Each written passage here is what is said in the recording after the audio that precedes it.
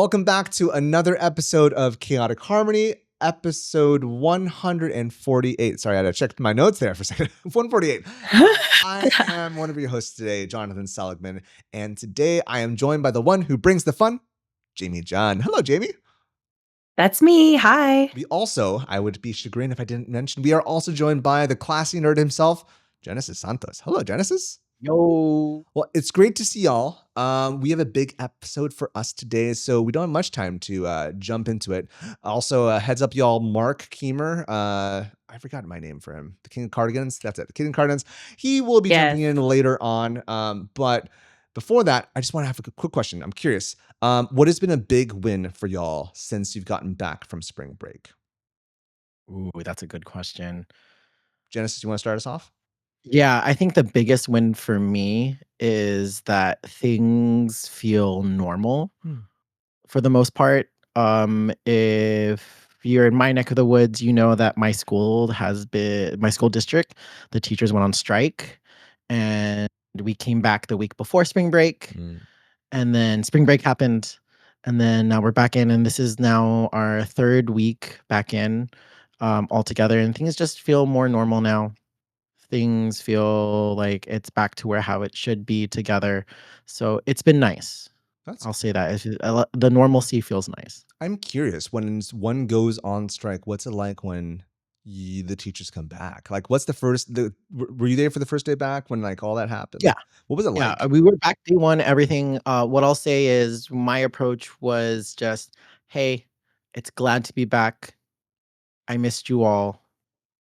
Right? Let's celebrate the fact that we're back together. Love that. That was my approach. Okay. Jamie, how about you? What was a win for you since spring break? Well, I had to prepare for several performances for open house that we had after spring break. But the thing is, I was traveling in spring break and I was kind of jet lagged. And also, I wasn't sure if I caught a cold or if it was allergies. And with my history of being sick, I'm like, no. And so I was like trying to be careful, trying to balance, like, okay, do everything I can to take care of myself, but also how can we still get ready for this performance? So you had a performance when you got back? Yeah. Well, it was on the Thursday. Okay. So I still had Monday, Tuesday, Wednesday, Thursday to get the kids ready. We had been preparing for it before spring break, but this was like we didn't really have dress rehearsals. It was more like, hey, this is what we're doing. Let's practice it again in class. And then I hope that it works out at open house. Oh boy. But it did. It was fine. The right amount of kids came because open house is after school for us. So like I can't expect every family to be there. But the families that did come, the kids that did come, they were on it. They knew what to do. We got through everything that we were hoping to do. And I was like, oh, thank goodness. That's cool. I'm glad to hear that. And it wasn't sickness, it was just allergies, or was it all It was allergies. Okay. Cheers to that. Yeah, we also What about you, boss? Sorry, what, Genesis? What about you? Yeah, so yes. Also, we had our spring music concert last week from recording, and typically we have ours in May, and so I was kind of like, are we going to be ready for it? But it was like our concert band was really solid. We did something a little bit different. We did a little bit of improvisation with our concert band as they were playing Hot Cross Buns. They we had soloist or duettist play, do improvisatory, and then the response was hot cross buns. Then fa improvisatory. Then response hot cross buns. And then then fa hot cross buns. A little bit of 12-bar blues with the classic hit of Me Ready Do. So that was fun. It was good to experiment with that. And also, I think I mentioned this either on the Day in the Life or in our last episode. I was trying out.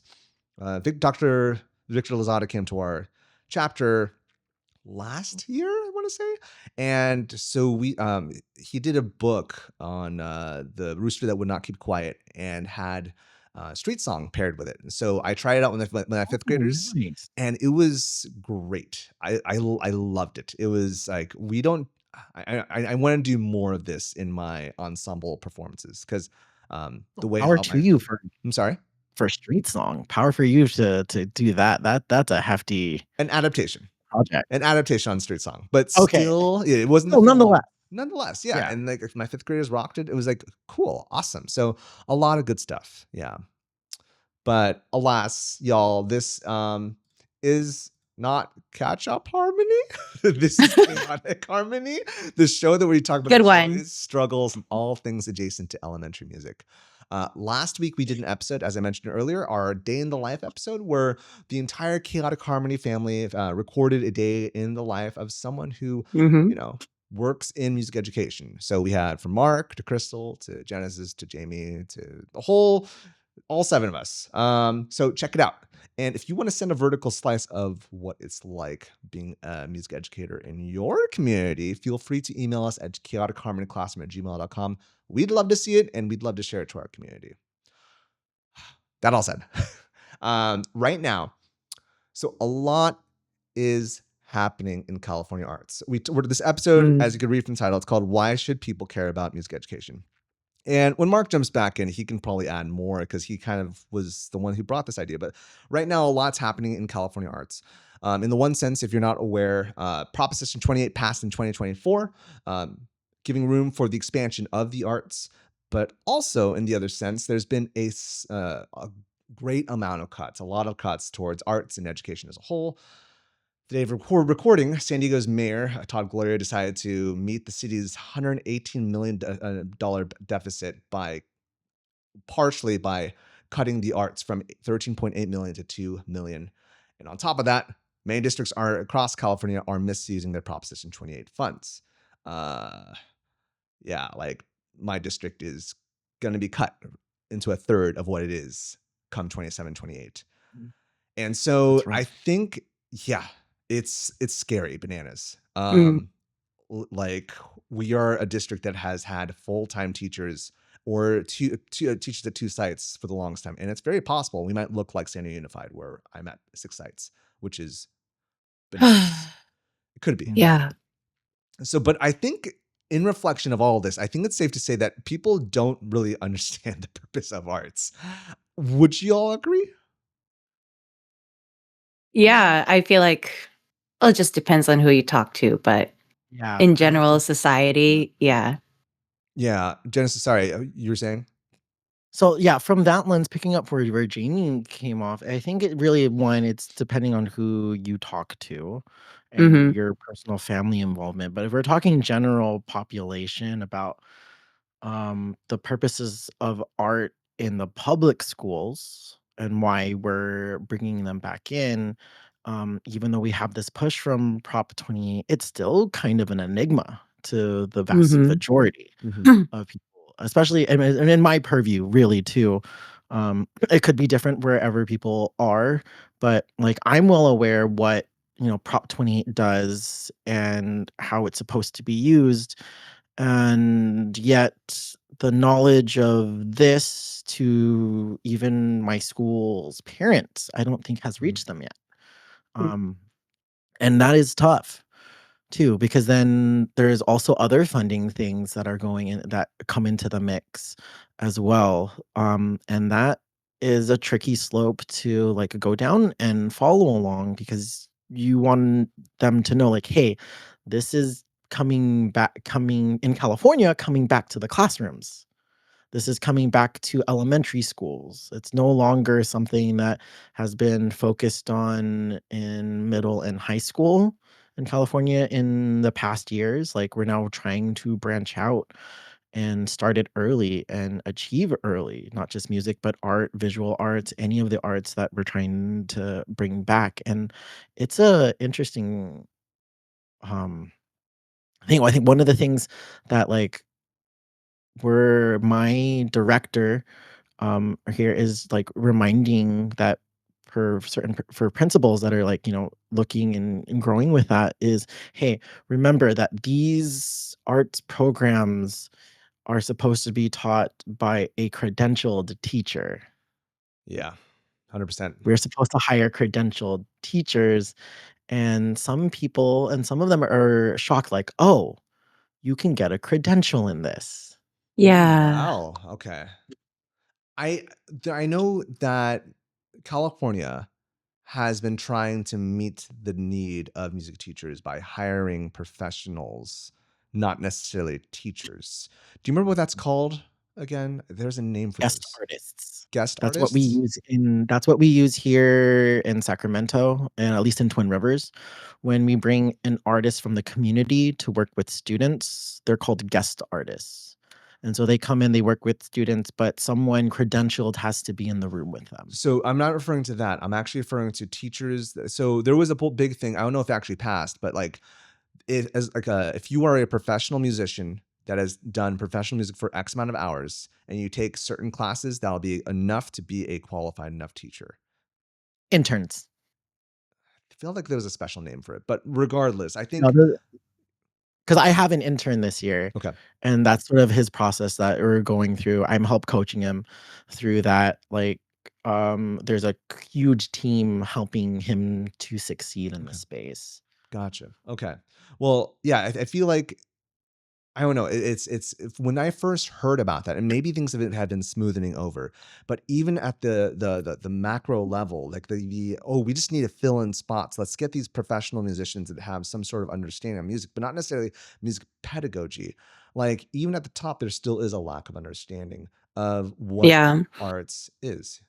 Jamie. I feel like I've heard of what you're talking about. I'm just not sure if there was like a blanket name for the program. But yeah, I think in general they're interns and there is a push for that, but because we're seeing a lot of intern teachers as well, but there's there needs to be more understanding and knowledge and training in what that actually is. Yeah. And also, I would also put out there, like, interns are fulfilling a major role because of the need. Supporting interns is also part of the challenge as well. Like, having a credentialed teacher, like, your pathway is very set for you because you went through it. You did your thing in college, you did the teacher credential program, and now you're trying to now finish it off in your district. What I've learned is that when you become an intern, like, you have 2 years set for you to, like, catch up pedagogy-wise and learn as much as you can pedagogy-wise while also teaching in the classroom. Here in Sacramento, they have to take weekend classes, and that takes, almost every Saturday of their week while they're teaching. And then not only that, but now when that's done, then they go through induction. Oh, wow. Okay, so the extra layer. Yeah. Okay. Yeah, it's an extra layer for them to go through. Gotcha. It's a lot of work. It is a lot of work. So props to you if you are an intern listening to this and you are going through that program, like that is a big thing. And I'll also say if you're an intern going through that program, like don't give up because it is very burning from what I'm seeing with my interns and my team. I'm like, it can really burn you out more so than just going straight through credentialing school for the 1 year. Yeah. And we had the luxury of like, taking part a little bit like in there and stepping and like in learning. No, they're on their own because like they're teaching the classes. So, props to y'all. Just to like, but we were talking about like, and maybe I derailed, my bad, but like we're talking about like the perception of music education and from admin, from the community members. Like, do you have like from a gauge from the community members and admin you've kind of interacted with? Like, what do you feel like is, if we're gonna paint broad strokes here, what do you feel like is the perception of what the purpose of music education is? Again, it's hard to say because it depends on who you talk to. Sure. Just within the same district, there are admin at different sites who have very different perspectives on the arts and it shows in how they treat us as specialists. There's, not to name names, but like there's some admin who like just change around their schedule. It's testing week. They just changed it around their schedule and said, you have to check in every morning to see if you're teaching your classes. And and then there's one site where the music teacher was like basically promised a room. I guess it wasn't written or anything, but then before the first day of school, they came, they thought, oh, I'm gonna have a music room, and then they weren't even told by the principal. They were told by the resource teacher that, oh, it looks like we're sharing a room this year. And then they had to go to the principal and ask, can we get clarification on this? And it turns out they were gonna lose their room.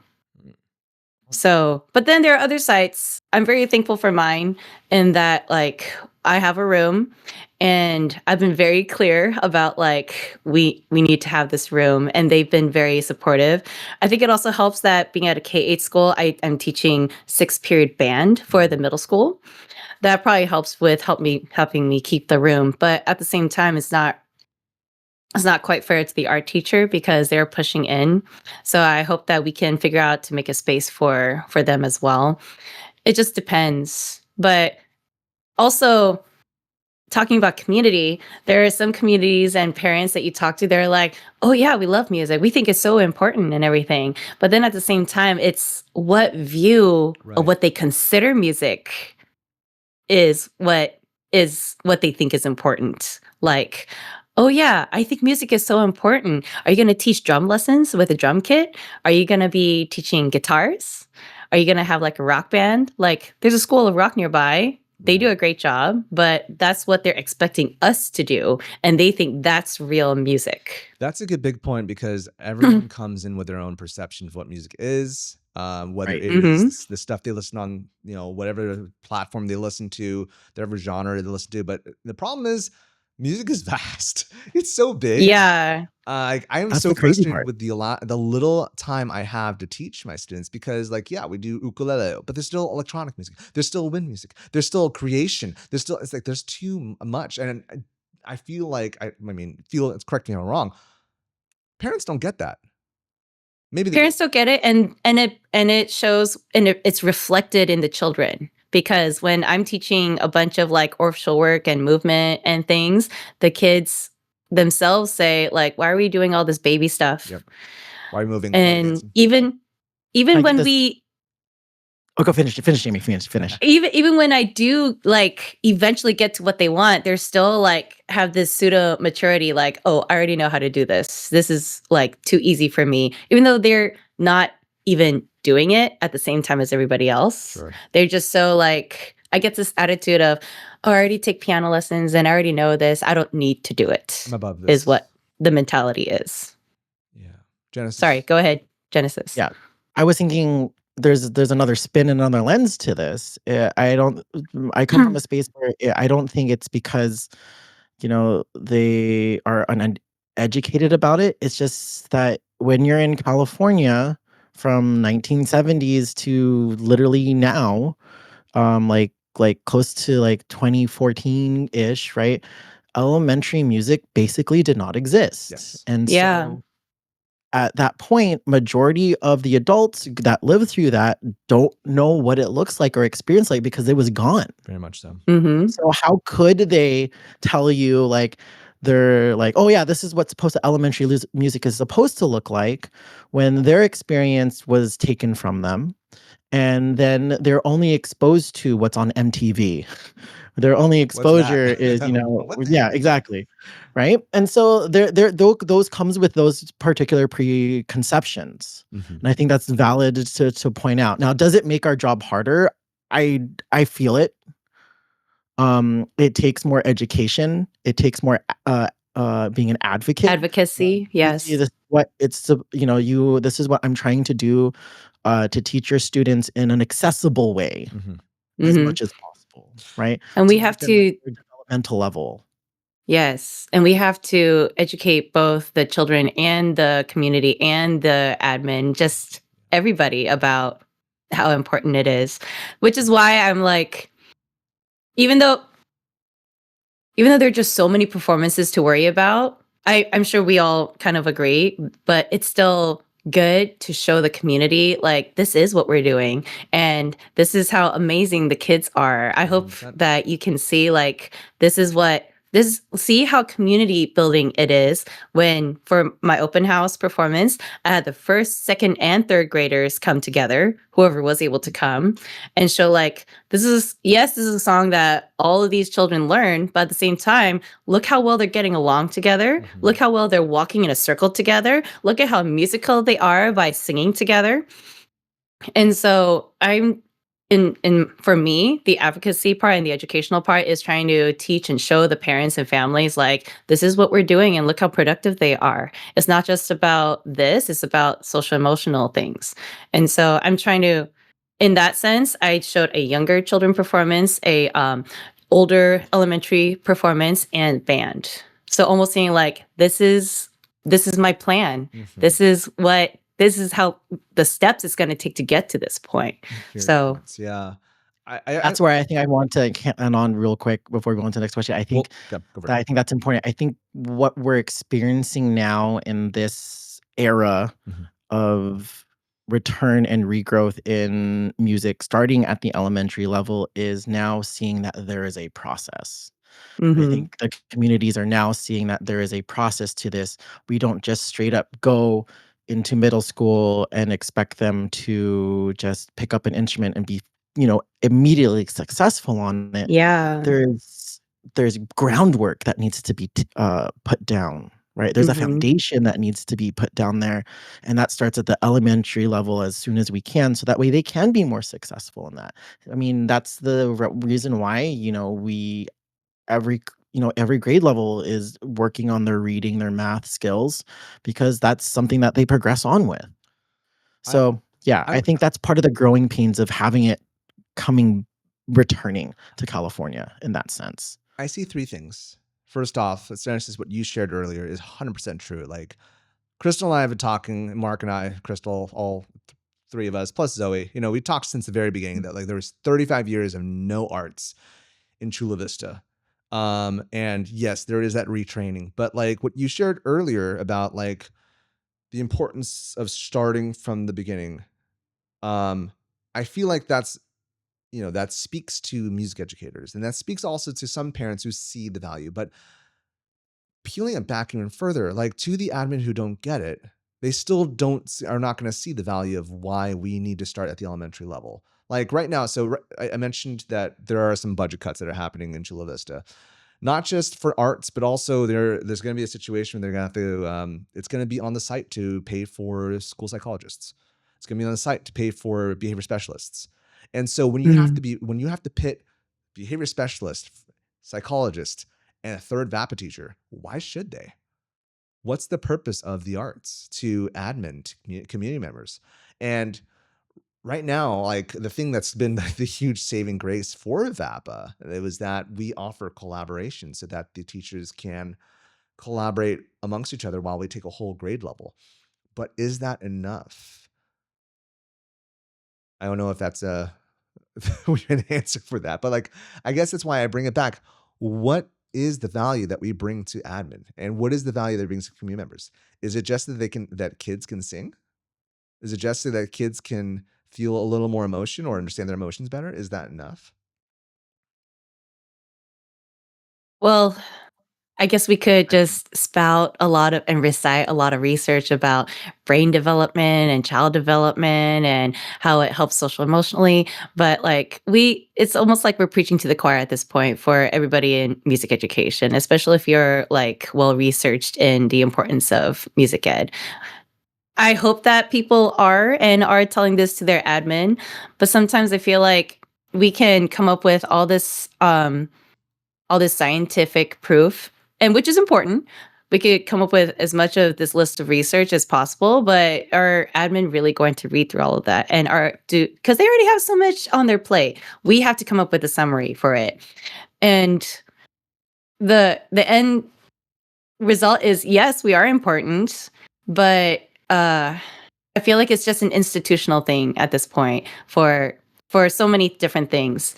I see that admin have a lot on their plate, and they have are trying to fit every little thing and in the institution that they are in with adjusting to this, following this law, following this ed code, and trying to meet with meet halfway with community and parents, and try to get all the teachers to get along as well, because maybe all the classroom and gen ed teachers don't really get along or agree with the principal or with the vice principal. There are all these different facets of things that are happening. Yes, we should be, but I when it comes to between us and behavioral specialists, both of us should be important, and both of us should be it should be a collaboration, not us pitting against each other, because we can feed into both helping with behavioral strategies and things if we work. I feel like if we work together to make it more of a collaborative effort, then we shouldn't have to pit us against each other. But if the law and policies say to do that, then their hands are kind of tied. We just have to keep advocating to and educating the community, the teachers, and usually those voices help to convince the admin, is what I've heard and have seen in the past. Usually those voices, if they're loud enough and we help convince the community and staff and faculty, like, you should not be doing this to the music teacher, they're just as important. Mm-hmm. As long as it's not like breaking the law or anything, then admin should be seeing that we're important too. Because I feel like we can add to all of that as well. We can add to all these different subjects in some way. So it's just so hard to explain. Yeah, I mean, there's so many facets to this also. Yeah. Prop 28 coming in, like, it should be making things easier for arts educators to come into the space. Should. And I mean, that's the intent, right? But then there's so much things within that I've learned recently that does make it difficult for a school to make sure that they have a thriving program to start with, regardless of the art, right? If they're choosing music, dance, visual art, theater, what have you, there's still a lot of red tape that these admin have to jump through to make it happen, which is also a really sad and also a disheartening disservice to the community members that do want to see this, but also the people who are advocating for this to be in the classrooms. To those not aware, Genesis, could you give an example of what might be a piece of red tape that admin have to jump through just to get a VAPA teacher?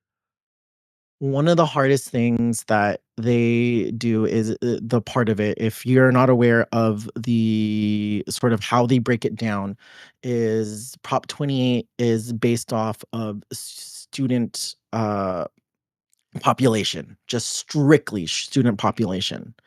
And there is a specific formula that they use to allocate funds to the different schools, to the different school districts. So who does this benefit? It benefits larger schools. Because the more students you have, the more money you get. So that can be a hindrance of starting a program, because one of the bottom lines in that particular proposition is that 80% of your funds must go towards salary. Marc has just joined the chat. Hello, Marc. Hey. Yeah. Hey. So think about it this way. You're a small school, and let's put a random number. I don't know how it's formulated, but you put that small school of maybe 300 kids or maybe 200 kids, and your school is allocated $5,000 because of the formula. 80% of that $5,000 is supposed to go to someone's salary. Mm-hmm.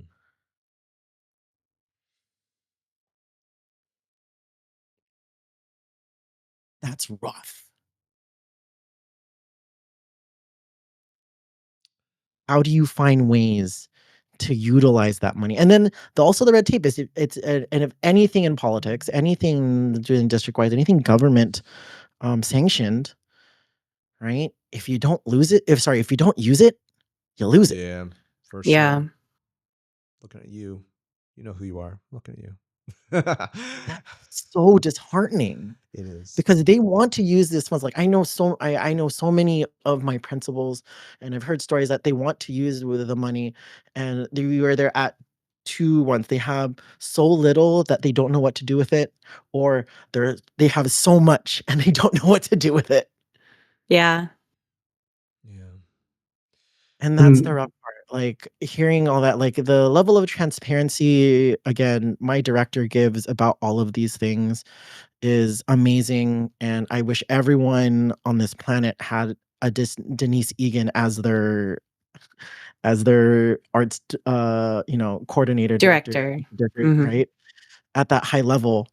But man, like knowing that perspective and how to do that and use it. We can say like, oh, this is how we should use it. But I mean, that's only a small piece of what admin have to take care of. Speaking of admin, I'm sorry. Yeah. Marc, Yeah, since I'm you just jumped sympathetic in. to that idea. Hi, it's so good to see you. I'm so sorry. Can I just jump on what I heard briefly from what you were saying, Genesis? Go for it. So the numbers, back in 2020, let's see, when did this pass? 2023? 23? Yeah. So the numbers a minute ago, back when I was in charge of a school district's VAPA program, is the amount per student was $110.84 for K-12, PK-12. And then if there is a Title I student or for that, it's an additional $82. So that's on top of the 110. And so you threw out a small school, for instance. If a school had an enrollment at this time, granted, this is, a couple years old, but if a school had an enrollment, let's say of 340 students, they would be projected to receive $37,000 for a year. And then if they had Title I on top of it, that would be an additional $9,000. If their Title I was around 100. And so for 1 year, they're getting $45,000, give or take. And so while $45,000 might not be enough to cover a person's salary for a smaller school, you put two schools together, now we're talking $80,000-$90,000, which is absolutely doable if they're sharing and schools are being strategic with their partnerships on how they are divvying up these funds. And so using this particular school as an example, then you keep going. So 80% of that on staff has to be $37,646. And so if we take a small school like School A that has an enrollment of 340 kids and pair them with a school B that has an enrollment of 299 kids, now we're looking at the total amount that has to be spent on staff. Give me 1 second. Spreadsheets. Now we're talking $77,000. Oh, $78,000 nearly, which is absolutely enough for a position. And you can also let's frame it that way too. Could be a starting position. Fair. But that does not include the additional 20% supplemental. So if you needed to use all of your funds, now we're at $97,000. And from what I know that has been going on is school districts, at least one in particular, has compounded. So they've held these funds. And so they've had a surplus of funds because you had 3 years to spend it. And so they had that 97. If they took that over 2 years, whatever 97 times 2 is, $190,000. And so now, because they didn't spend for a year, they're always going to have that much money. Like they're always going to be ahead. Did not know that. Huh. I know things. Well, I used to know things. Well, Marc, yeah. So everything I just said with a caveat. And I think, Marc, it's good for you to be in this because, Marc, you were my admin and you are still in the admin space. And we were talking earlier about, were you able to listen or were you like all invested in the chat? Okay, that's fine. Girl, I was walking around talking on the phone. I am not like a sit down talk on the phone person. I can't do that. Oh, I'm well, that's why I have to wear my earbuds when I talk to someone. We were just talking about how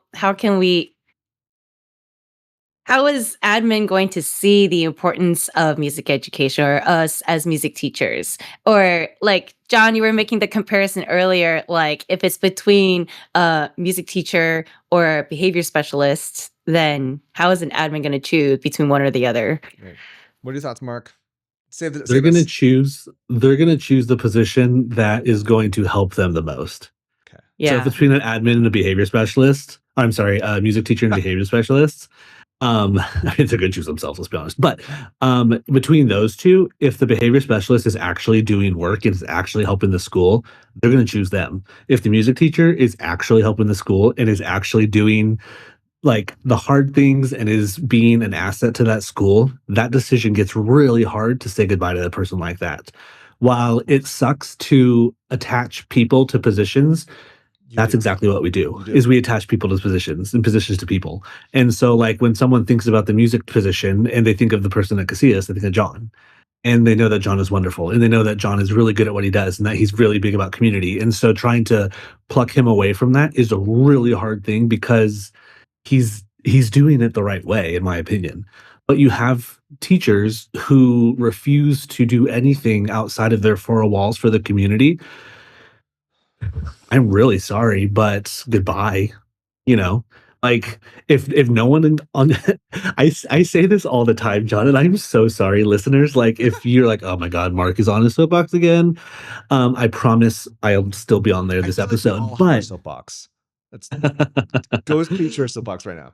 Yeah, but like, if I have a music teacher or an arts teacher who is just focused on their four walls, what goes in their classroom, they don't really care about the bigger thing in the bigger community. When those decisions eventually come to be cut, it's really easy to say goodbye to that person because you don't know that person, because you're not invested in that person. Because again, we associate people in positions. You can't. It's what we do. So like when we think of what's that? There's no FaceTime. Right. You don't have that. Yeah, it is. And I'm gonna be honest with you. It sucks as a music teacher sometimes to have to constantly feel like you are the one who is going above and beyond all the time. And it's really hard to do that. And it's really tiring and it's really lonely. But to the lonely part, you're the only person there at your school. And so like you are the person who is going to set the standard for how that school and how that community treats the arts. Because if you are doing a job in spreading that and like bringing the community alongside you and like being out in there and, you know, kissing babies, shaking hands, doing all that stuff, people are going to value it and people are going to want to be a part of it. But people don't want to be a part of something they don't know about. Yeah. Like I see that a lot in my current role. And we now have to create our programming. We have to charge for programming, this, that, and the other. And so for a long time, our programming was really word of mouth heavy. And so, you know, come here, come take lessons, come do summer camps, come all this stuff. And it's been fine. And one specific area I'll talk about is our group classes. We do group classes during the week. Some are piano. We have an adult strings program. We have an adult winds program. And we have piano for little bulldogs, like so for little kids. And for the longest time, we could not fill that class. So I looked at it and I was like, well, what are we offering families? We're telling families, oh, sign up for this 14-week-long class. That kid's 7 or 8. No way do they want to do a 14-week-long class. And so we changed it. We changed it to meet the needs, and we had to be flexible, and we had to, you know, take a chance and take a risk. And it's now doing really well because it's now, instead of a 14-week-long class, it's broken up into 2 classes for 6 weeks. And if a family wants to do both, they have that choice. But it's us trying to be like, well, I'm gonna be the one that has to make the change. I'm gonna have to do the things and invite people in. And then on top of it, we're going to have to spend money on marketing. And so we spent more money on marketing on social media. And the amount of people who now register or start programs like, oh, I heard about this on social media. It is like, it's astounding. It's just like, oh my gosh, you know, throwing a couple ads on Facebook about what we're doing and, you know, tailoring it so it sees the right audience. Like putting your program out there is only going to enhance the program. If people the people who want to do who want to be a part of it, especially in my instance, because you have to pay for it. But if you want to pay for it and that's where you want to use your time, money, and resources, you're gonna be invested into that thing. And now I understand that we're not going to be for everybody, and that's a-okay. Nor should a music teacher feel responsible for turning every single one of their students into a professional musician, because that's not possible either, because kids have other thoughts and other desires and other hopes and dreams, and families have other hopes and dreams and sports and all this stuff. I had a private lesson student tell me today, like, hey, we can't make the recital on Saturday because my kid has a baseball game. Bummer. I really wish that they were there because the kids worked hard, but also the kid works hard in baseball too. And so I'm going to celebrate that kid. And next time I see them, I'm going to ask, how'd the baseball game go? Because that's what they value. And if I want them to value what I value, I have to value what they value. Yeah. Yeah, true. Absolutely. Sorry, I just took over. Oh, you're My good. bad. I mean, your last point, like how I don't know about you, but I know back in the day, I used to be so pissed off when like, oh yeah, I can't make it to X, Y, and Z. And now I was like, yeah, go do your baseball. I get it. I totally get it. Try to make sure your parents tell me ahead of time though. That helps. But Mhm. Yes. that's good. At least have that communication. Mhm. Yeah. But I guess there's been a lot of things shared. And I don't want this to be doom and gloom, but I think a key part is like, now what? How do we change that perspective? I mean, there's so many perspectives in music education, but like, how do we Yeah. change the perspective of, or rather should I maybe reword? How do we give value or have your parents and admin and community members understand the value of music education? Jamie and Mark, I I feel think you both have talked about like showcasing. Like, is that Yeah. would you be apt? Was that be apt? Well, yes and no. I guess more specifically, I agree with what Mark was saying about how you have to be such an essential part of the community, both like with your school and your staff and your families, that you have to make it seem like yeah, you would have the community have your back, basically. And so that's part of the reason why I do showcases, to do that.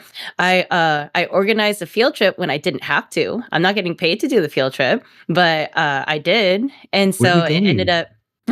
up to see the Sacramento Philharmonic. And it was, yeah, and the kids played recorder with them, and it was great. I think I mentioned it in a previous episode, but yeah, some of the families came as chaperones. I had so many chaperones come, and so like from what I heard and saw, everybody had a good time. But like, it's not just that.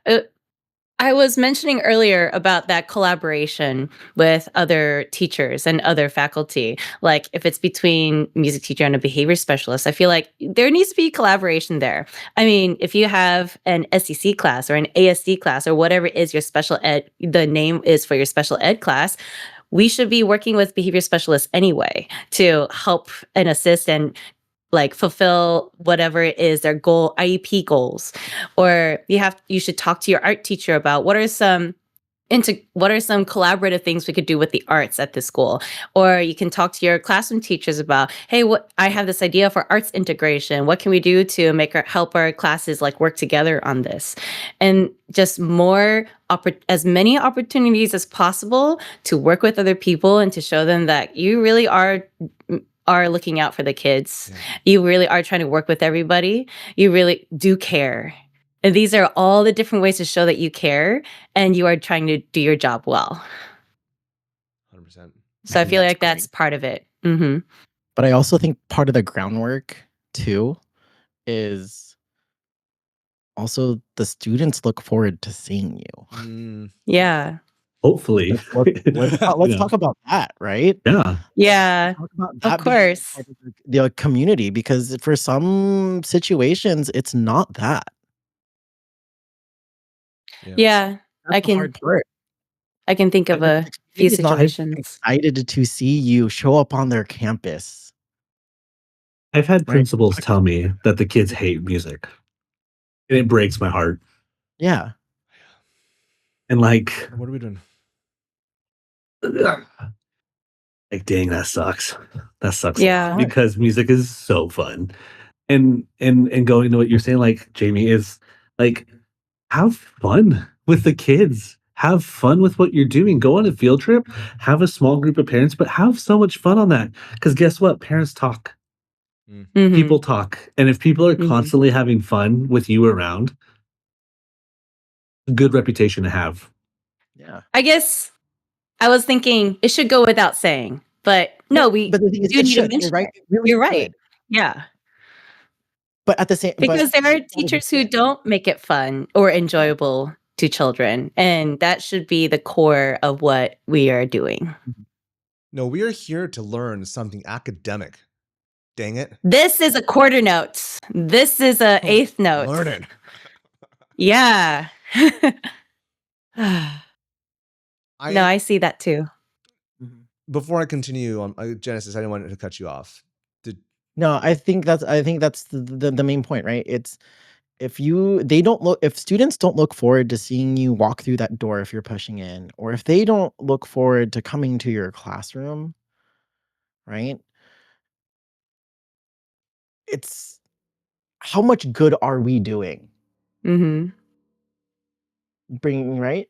It's not like, yes, we have objectives and we have standards as teachers to address, right? But it doesn't mean that we have to take certain institutionalized practices and you put that on kids.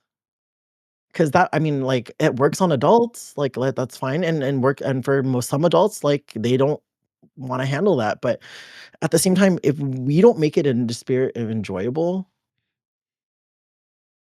then what kind of precedents are we setting for students going, oh, right? In the sense of that we're speaking to the choir, right? Everyone has gotten to music because someone made it enjoyable for us. They showed us the value that making music is something that I must do. And or at least have is that music should be an essential part of your life, even if you're not a musician. But we're all musicians, but even if you don't go into it professionally, right. Exactly, it should still be a part of our lives in some shape or form. Which leads us to our talk on AI. Not this one. Gosh. No. I mean, we do need to talk about that. We do. At some point we will. But oh my gosh. Did you all see what Berkeley is doing? What? No. What are they doing? Oh no. Google Berkeley and AI. It'll make you real sad. No, sure. Berkeley School of Music or yeah. Yeah. Anywho, is there a course? Holy Moses. I often think about I shouldn't say often. I don't think about it as much anymore. I'm sorry for lying to you all. I have thought about this like the job of a music teacher and the job of a classroom teacher. And one of the things that I always said in Chula Vista was, if we play the game of who has it worse, nobody wins. So stop playing the game, because it's a dumb game. Like, your job's hard, my job's hard, everyone's job is hard. It's not productive. It's not. You know who else's job is hard? The custodian. You know who else's job is hard? The principal, because they have to make decisions that's going to impact everybody. Yep. So, like, get over yourself. But also, like, when it's just different. It is. And, like, the avenue in which a music teacher gets to teach children in is so fun. Like, yes, it is just, it can just be an absolute blast. And the fact that people refuse to embrace the chaos of that is frustrating. And, like, you're getting paid as a career to make music with kids and to teach music to kids. Like, how great is that? Mm-hmm. Is it enough? Absolutely not. But you know what? That's no surprise for anyone who got into teaching. Y'all didn't do it because you're going to make $200,000. Like, and if someone thought that, then, like, check yourself, baby girl, because that's not a thing. But, like, people who are in this job, you should have known, or you should know now, what the job is, like the compensation for the job. So you can either allow the number of the compensation that you knew going in that you could have looked at and see what the tenure track is and how much money people are going to make. You should see that and be able to realize, okay, well, I'm going to allow that to be my sole reason why I'm not going to go above and beyond. The job is what you make it is. Like, it really is. Yeah. 100%. Like, I don't know. There's this whole phrase that watching this reel is like, this phrase that like, I didn't give consent to be born. Have you heard of that phrase at all? Yeah. It is the most. Oh, but now I do. It is the most backwards thing. I'm so sorry, honey boo. Like, you're here.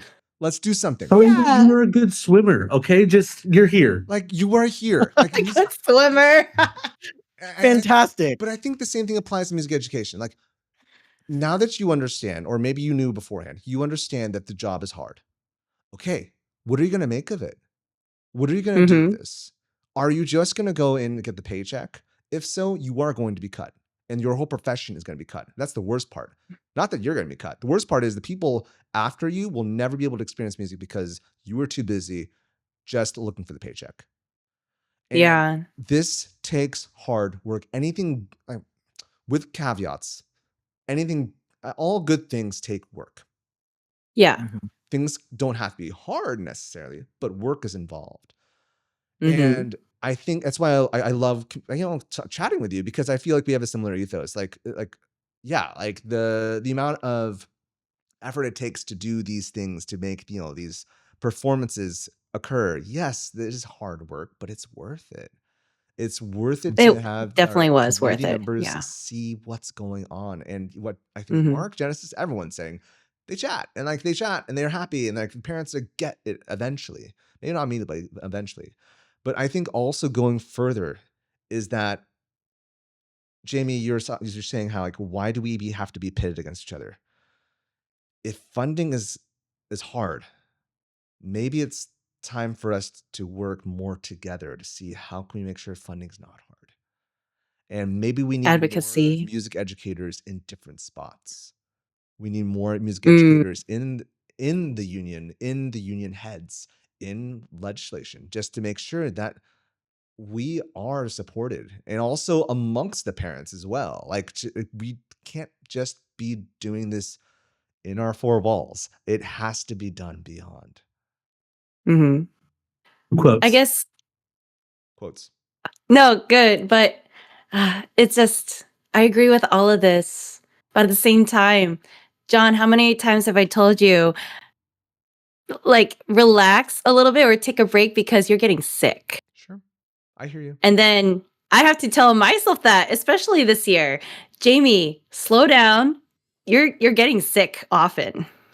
And we have to take care of ourselves and figure out that balance of, yes, we should do everything we can for our kids and to advocate for our jobs, because we all believe and are passionate about how essential music education is. But at the same time, the way that the system is set up, the way that institutions are and laws are set up with all these numbers, I don't agree with like how the formula is, because that just that is a big reason why people are being pitted against each other with 100%. Jobs.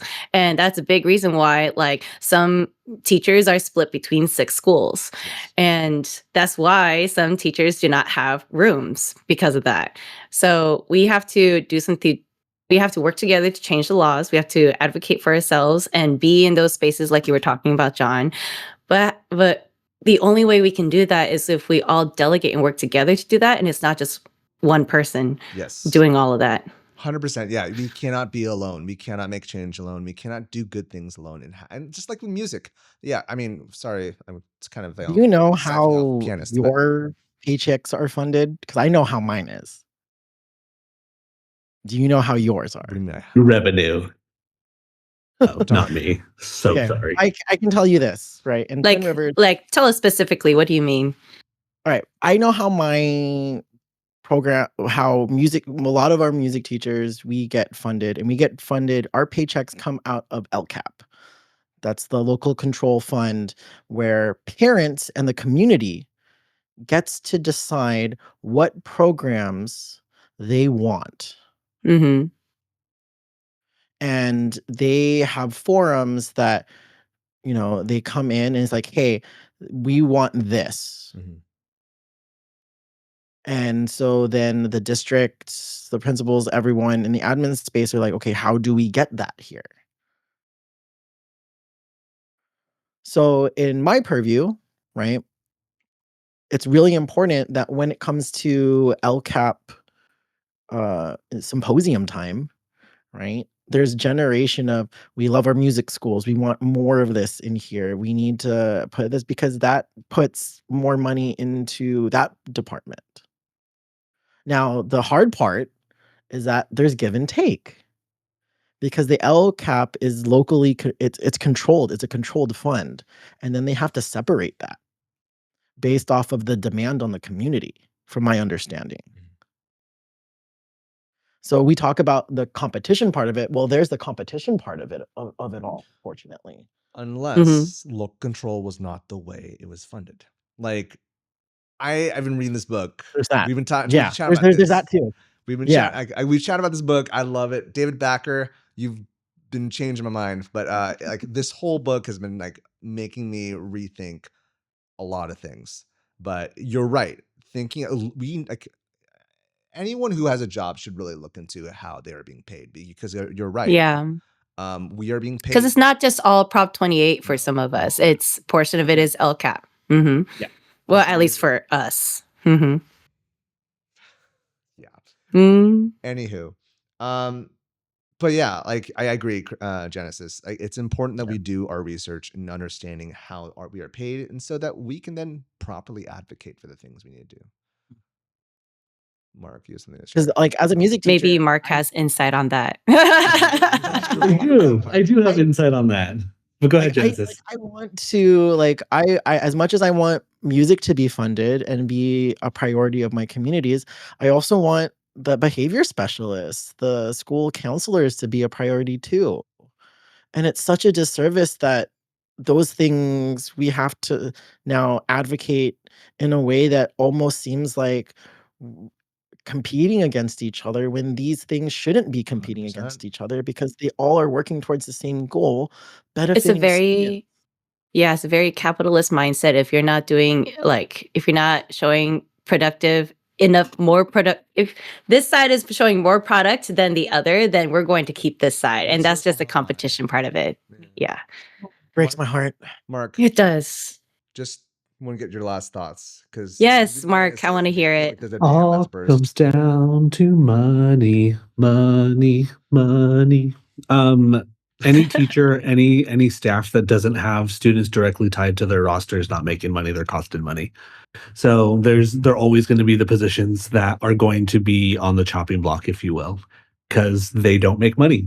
And so you can have a district, say for, let's throw out a random number, like 8 or 9 or 10 years that we really value the arts. And then when the budget gets smaller, see ya, like it's, I mean, I don't know a district who would do that, of course.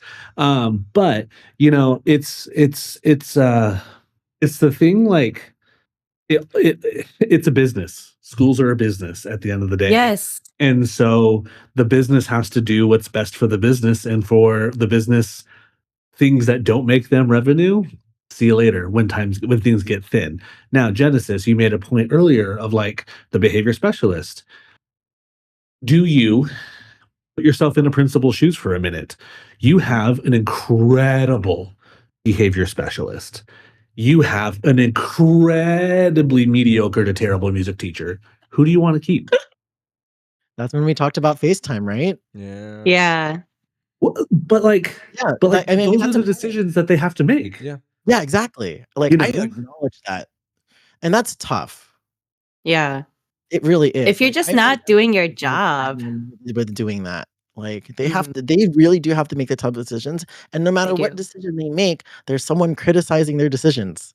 Yeah. You can't make everybody happy, but at the same time, it's like really tough. Like I will acknowledge that, principals, if you are listening to this, like love the fact that you are doing this for us, and that you're listening to us. but it also or that you're listening to this. Right? Music teachers, you should. This is the episode where, like, music teachers, you need to get your principals and admin listening to this one. Like, and you need to do the work also with each other, Jamie. Yes, with it together. All right. But think about it from like a district level. When you have a handful of incredibly great teachers, you have an armful of people who just want to be in their classrooms and not contribute to the other thing. It's really hard to keep a program built that way. I will say, not impossible, but it's really hard because you're not speaking the same language as the district. And that's part of it, is like you have to be able to speak the same language of them. You have to be able to prove you are meeting what they are wanting everybody to be doing, and why it's so organic in the music classroom to be able to meet, all of these different initiatives that they're trying to do, because they have stakeholders and they have people that they have to answer to, and they have a board of education, if they are properly elected, who is going to hold them accountable. Yeah. And so, like, going back to it, it all comes down to money. There's a quote that I heard in a training that I was in recently. It was, the harder you fight the system, the harder it fights back. And it is, I'm gonna throw two more quotes at you because I've been saving them. Going back to kind of, Jamie, your thing to John of like, bro, don't get yourself sick. I don't know how many people in John's life have said that to him. Probably not enough. We've all said it at least once. Sure, I'm not the only one. But this work is hard, and if you don't have people alongside you doing it, you can't do it all by yourself. And so at that point, I suggest either A, find people who are doing this work alongside you and join them by the side, or B, find a plan B. Like find a backup plan, because as much as it sucks going back to the system thing, like, a person can't change the system. No. As much as they want to try, that they have to be able to get others involved in their cause. And how do they get people involved in your cause? I'm so glad you asked. People have to like you. People have to believe in you. People have to see and hear you and be like, heck yeah, that's what I want. That's the future that I want for my kids. That's the future that I want for our education here. They have to buy into that. But if you are constantly just hitting a brick wall, recuperate, resettle, and come at it from a different angle, or maybe bring people alongside you who you haven't had beside you. And it might be playing the politics game where you're buddying up to some people who you might not fully love, but like, hey, you're going to get me into some spaces that are going to be beneficial for the kids or for our community. Next quote I had for you was, a rising tide lifts all boats. Mm-hmm. So when you were going back to this thought of like, it's you versus me, it shouldn't be that way. It is, but it shouldn't. But if we view collectively like, okay, if we're all on the team and we're all doing the thing, rather than I'm going to try to like cut you and stab you in the back because I want the job and you can go piss off, like, that's not the thing either. And then the last thing I will say is, there's a television show called Scrubs. I love Scrubs. Oh my gosh, aren't we watching it right now? It's so good. They just came out with the new season. I'm all about it. It's fantastic. Mm-hmm. But in the original Scrubs, there was a character on it called Dr. Kelso. And Bob Kelso was the chief of medicine, and he was often the butt of the joke, and he was often the bad guy because he was the chief of medicine, but he was the one in power having to make these hard decisions. But there was an episode where this patient didn't want to change their lifestyle. They just wanted to do something really like a simple quick. And so a simple quick fix. So he gets all up in their face and was like, look, nothing in this world worth having comes easy. And then there was like this like moment on the show, but like, it's so true. Like, everything that when we think about, like when I think about it in my life, that is the most important to me, my marriage, my daughter, my family, my friends, like it takes work to cultivate that. It takes work. I can't tell you how many times I'm like, Gemma, it is 6:40 on a Saturday. Girl, let me sleep. I love you and we'll play, but I'm tired. And just like that constant frustration of like, I'm going to say something and you're going to say something that's super sassy back to me and we're going to have a fight over this. But like, that's one of the relationships that I have. I hold most cherished to my heart, And so all of that to say, this work is hard, but this work is worth doing. This work is worth doing together. Even if it's a podcast of 7 friends who talk about the joys and challenges of music, like, you know what? There's maybe someone out there who's like, you know what? They're my people. And come alongside with us. Like, let's freaking do it together, because can't do it alone. There's another quote I'll add on to that. Oh my gosh, so many quotes. Yeah, if you want to go fast, go alone. But if you want to go far, go with me. Good one. Anytime. Yeah. All y'all. Right. Everybody, I hope you're taking notes on all these quotes. Take it. But quiz. Thanks. This is of course, now that you've listened to this, we've solved the problem of music education. And Obviously. Boom. Yeah. But you just got to go back, 10 minutes. The answer is there. You might want to listen to this a couple times, and then share it to your friends, right? No. But all y'all, thank you for being part of this. I know this is probably going to be a topic we keep on talking about, but it'll be a reoccurring one. Yeah. Sure. Especially as things get tighter down here. But yeah, I'm sorry all of that is happening. I saw on the news, and yeah. Well, we'll see what happens. That's just what I'm going to say. We'll see what You happens. have us. Yes. And you have Marc's plan B. And we have each other. That's the key thing. No. My partner and I, we decided we're staying here in San Diego. Whatever happens, but I appreciate this community. I'm in Sacramento. Yeah, just bring all of your family, both of your families up here. Yeah. Housing is more affordable. That's what I thought coming to Indiana, but the weather. I like it this much.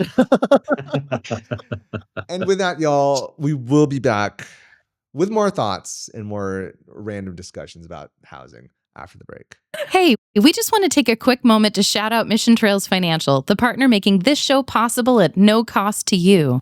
If you've ever felt overwhelmed by financial planning, you're not alone. But Mission Trails Financial is here to make things simpler. They offer tailored financial advice for you, from investments to tax and insurance planning, with a team of experienced fee-based advisors who are CFP designated and fiduciaries. That means they're putting your best interests first. Let's face it, navigating the world of finances can feel like drinking from a fire hose, with endless options for investments just a mouse click away. But Mission Trails Financial aims to cut through the noise by breaking things down into clear, actionable steps while providing regular updates. Mission Trails Financial believes everyone has the right to work with a financial advisor, regardless of how much you've saved. Mission Trails Financial's focus is building a relationship so you are not traveling your financial path alone. They even help you keep track of old 401ks when you're transitioning between jobs, because your financial future should always stay on track, no matter what changes. So don't wait. Let Mission Trails Financial show you how to make that next step towards the future you've worked hard for. Plus, your first consultation is absolutely free. Just visit missiontrailsfinancial.com or call 619-419-0238 today. You'll be glad you did, because leaning on professionals like Mission Trails Financial is how we get ahead. Check out the program notes for more details. Advisory services offered through New Edge Advisors LLC, a registered investment advisor. And we are back. But before we continue, you know what's up. A hard left turn. Thank you all so much for being a part of this nearly 7-year journey. Whether you joined us from the beginning or you're new with us today. Thank you. It means so much for you to be here. But if you want this journey to continue, please support the things you love. We have a Patreon, patreon.com/chclassroom. You can get special merch and other things for the class. We have revamped it, as we mentioned before. We have printables. Apparently it sounds like principles sometimes when I speak. I thought you said principles just now, too. Enunciate. Yeah. Did it sound like No, We were just you corrected talking about yourself. We're good. Yeah. So Hard tea. we are slowly going to be actually printing out, notating our rounds of the week. So keep your eyes peeled for that. We'll have other stuff as well coming along the way. I lost my train of thought because I was saying principles. Also, I know, understand subscriptions are kind of. I'm not even going to look with Marc right now. Subscriptions can be kind of weird. We get it. So if you just want to give us a one-time donation, you can always go to buymeacoffee.com/chaotic harmony. If you donate there, you can give a shout out or request a Spiccato. But if you don't have a coin to toss our way, that's okay. We do also have reviews. You can leave us a review on Apple Podcasts, Spotify. There's other places as well. Make sure if you go on YouTube, just follow us. Why not? Leave this episode a kind comment, and just remember all these things ensure that the mics and lights stay on, because we can't do this alone. No, we can't. What is that, Genesis? Maybe this is a K-pop hearts, Marc. And this is another heart, and this is the third heart. So you could do it with somebody else and connect your hearts. Oh my god, that feels super Korean. It really does. That all said, Spiccato. All right. So we're going to do a reverse Spiccato, suggested by a friend of the show, and also if you're going to be looking for ORF levels, as we mentioned in the advertisements. San Diego ORF is having their levels, and Joshua Block will be there. Just saying. But that all said, woohoo! Love that, dude. Where are you at? I have a spinner, and if you are new to this, I'm gonna spin this wheel, and whatever it lands on, our friends of 4 are going to decide what kind of household item or small regular item we can use to teach with that. All right, you guys ready? Let's go. We'll see. Sorry, I lost my wheel of names. All right, so the options are as follows. We have mirroring, composition, ABA form, dynamics, and reading notation. We should update this. I need something else. Whatever. I'll spin the wheel. Next time. Okay. It's spinning.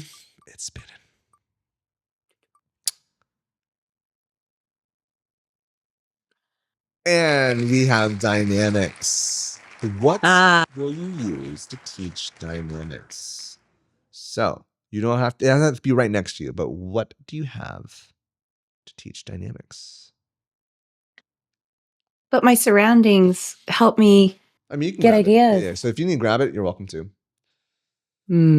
All I have really that looks interesting to use are all my plushies. Do it. And I'm thinking, I have an idea for your plushie. Yeah, I have addition for Munchlax. Okay. So my idea for Munchlax is dynamic. So he has small and big parts of him, So if I point here, or if a student points here, right? A dynamic here. You say here is first a tooth, then you have a what? What's next? Yeah, the tooth versus the ear. What about the pupil of the eye? And we go there, and then we pass Munchlax around, and then students do that. Okay. I think that would be fun going on. And then ask, let's bring everyone, it would be a plushie day. Then we do it based off of someone else's plushie. Cute. Okay. Cool. I like a plushie day. After they've earned so many marbles or something. Yeah. Gallagher's class gets a plushie day. Heck yeah. Oh, stuffies. I think that's what they're called now. They're called stuffies, not plushies. Oh, really? Okay. Yeah. Bring your stuffy because, stuffed animals. Yeah. Call them loveys in our home. Oh, really? Ooh. That's cute.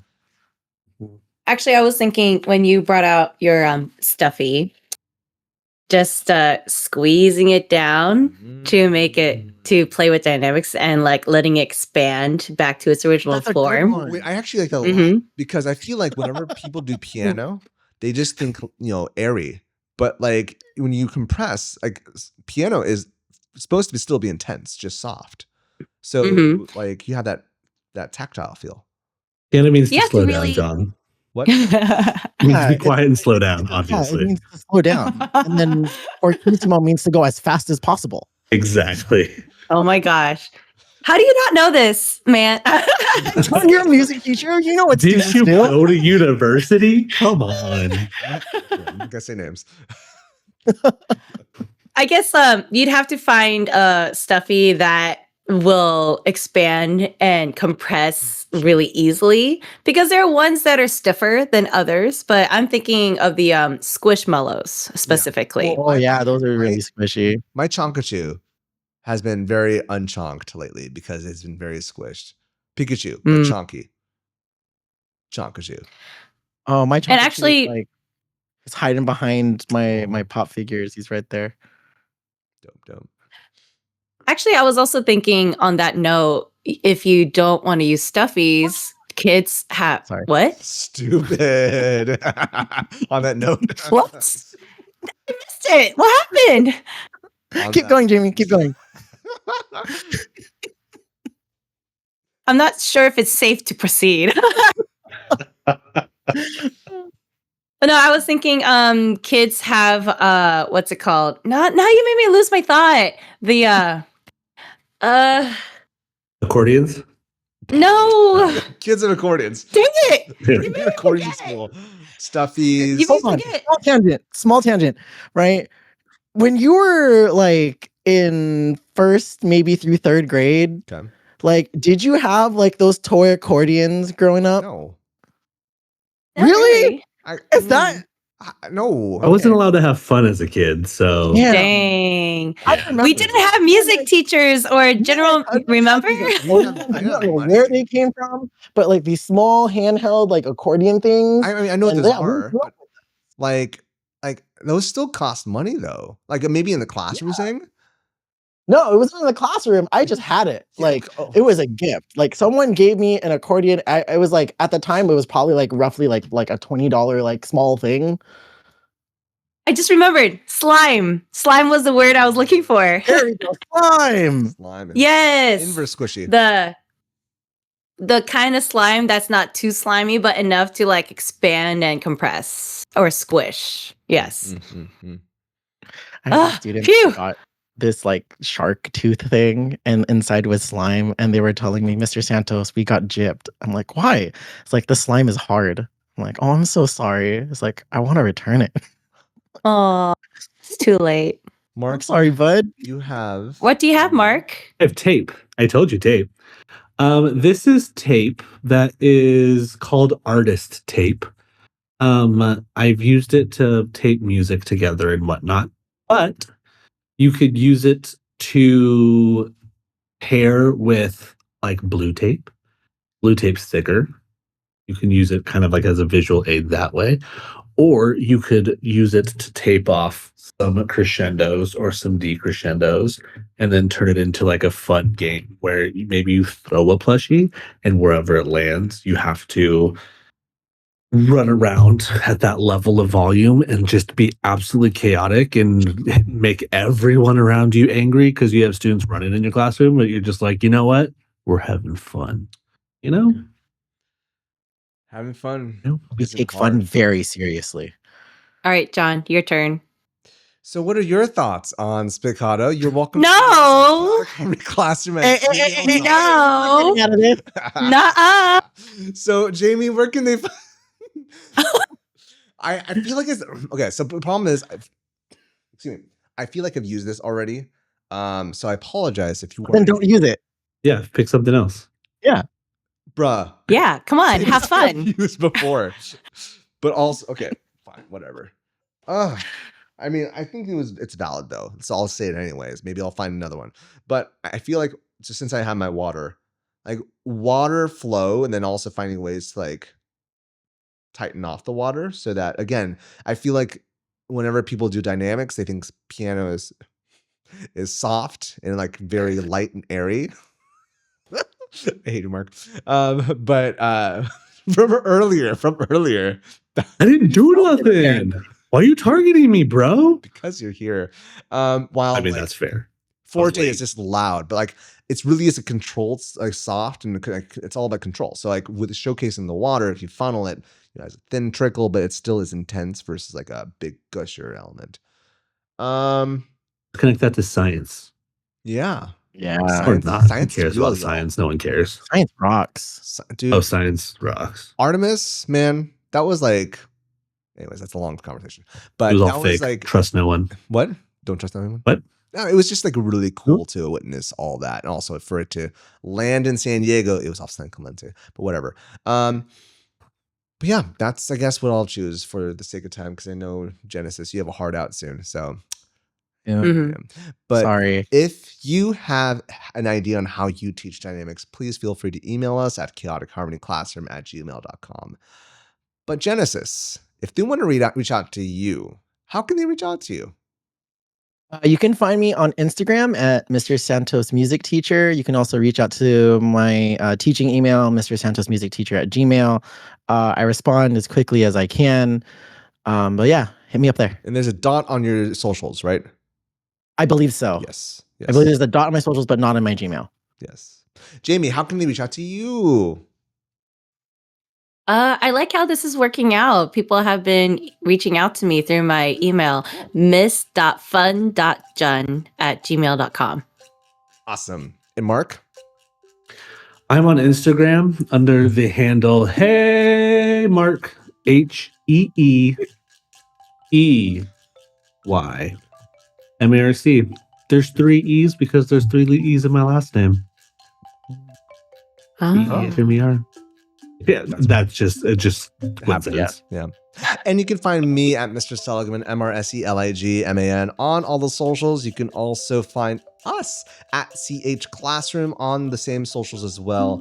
Y'all, I hope you're doing okay with this last quarter before we go into summer break. But as we said, take care of each other, take care of yourself, and let's do the things, y'all.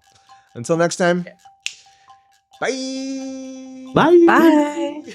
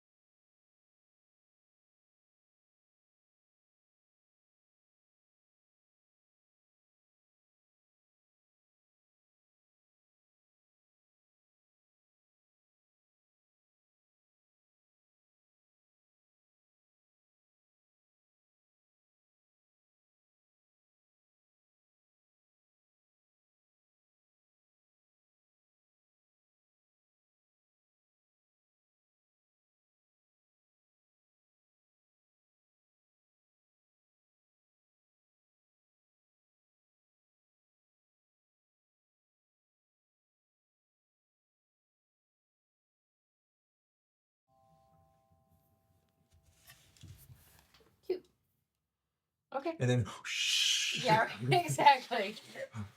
We've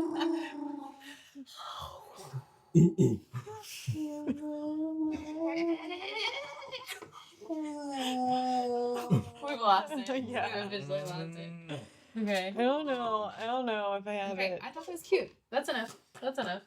I don't know if I Okay, have theme two music. more. Things that it's at least 1 minute. Yep.